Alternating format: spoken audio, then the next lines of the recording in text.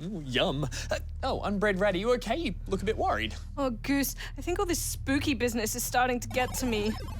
Boo, Rad! You know what goes great with being scared? I don't think I want to know, Darren. Sugar and buddies in Candy Crush Friends Saga.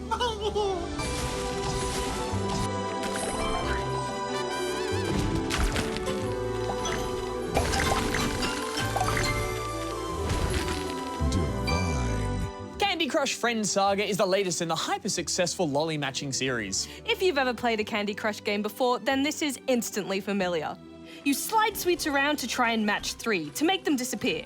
But match more than 3 and you create a special powered-up candy. These include wrapped ones, which explode when matched, or little fish that swim across the board to clear lollies from a distance. Using these power candies is super important because you only have a particular amount of moves to complete the objective and finish the level. For example, straight away you'll be shattering ice to free friendly gummy animals trapped underneath. Having lots of different objectives mixes things up and makes the game really fun. I like using my lolly matching skills to achieve different things. Some of the modes can get pretty tricky too. And you'll need to slow down and be strategic with every move. In other Match 3 style games I've played, I usually like modes with speedy gameplay and lots of score multipliers. But the changing strategic focus level to level of Candy Crush Friends Saga really drew me in.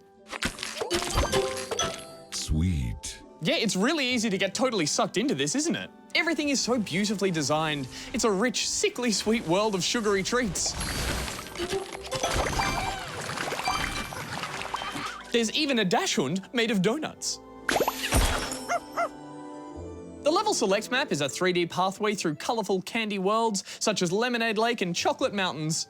I love how they've just gone to town with this theme, making it far more than just a typical Match 3 game. There's also different characters that you can play with, hence the name Friends Saga, and they each have a special ability. Once you match enough of their particular colour, they'll send a powered candy onto the board. For example, the little girl gives you fish, while the Yeti provides wrapped candies. Oh, the whole game looks good enough to eat. Oh, but remember, Rad, the only thing scarier than the spooky season is cavities. Oh, don't worry, Darren. I don't think I could eat that much sugary sweets anyway. Well, you know what they say, too much of a good thing can be a bad thing, and the same goes for playing Candy Crush Friends Saga. There are, of course, microtransactions on show here.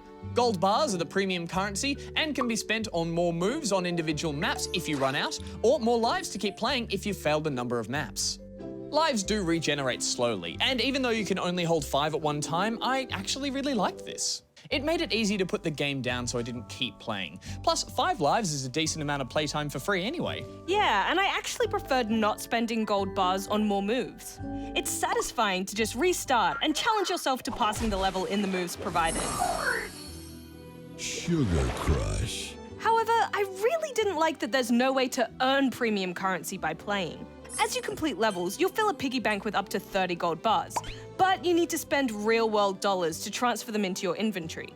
Not worth it in my book, and 30 gold bars doesn't actually get you that much. Thankfully, you can get a lot of fun out of Candy Crush Friends Saga without spending a cent.